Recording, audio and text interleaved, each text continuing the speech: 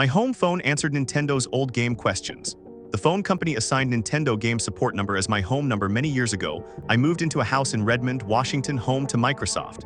Soon I discovered Nintendo of America also had offices just a few blocks from my new place. A few months before I moved in, Nintendo had canceled their local number for the game support hotline, switching to an 800 number instead. They had given up on the local number entirely. This meant anyone across the US or Canada calling that old number would no longer reach Nintendo. The phone company then assigned that old number as my residential phone number.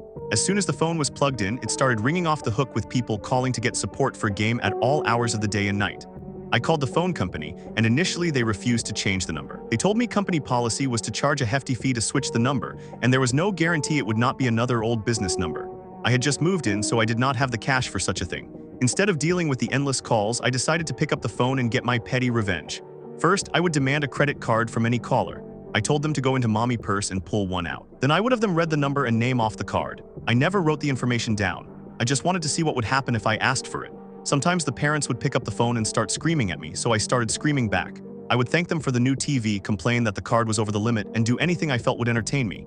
I said some things that were inappropriate 30 years ago, and they are even less appropriate today. I am not proud of it, but I was young, frustrated, and thought if I was annoying enough, they would switch the number.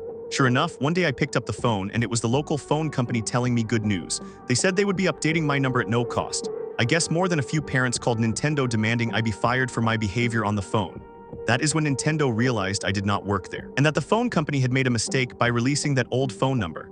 The new number had never been used previously, so there were no more 2 a.m. calls except from drunk dialing friends. Living just blocks from Microsoft and Nintendo, it makes you wonder, what groundbreaking tech or gaming stories do you imagine were unfolding right in my neighborhood?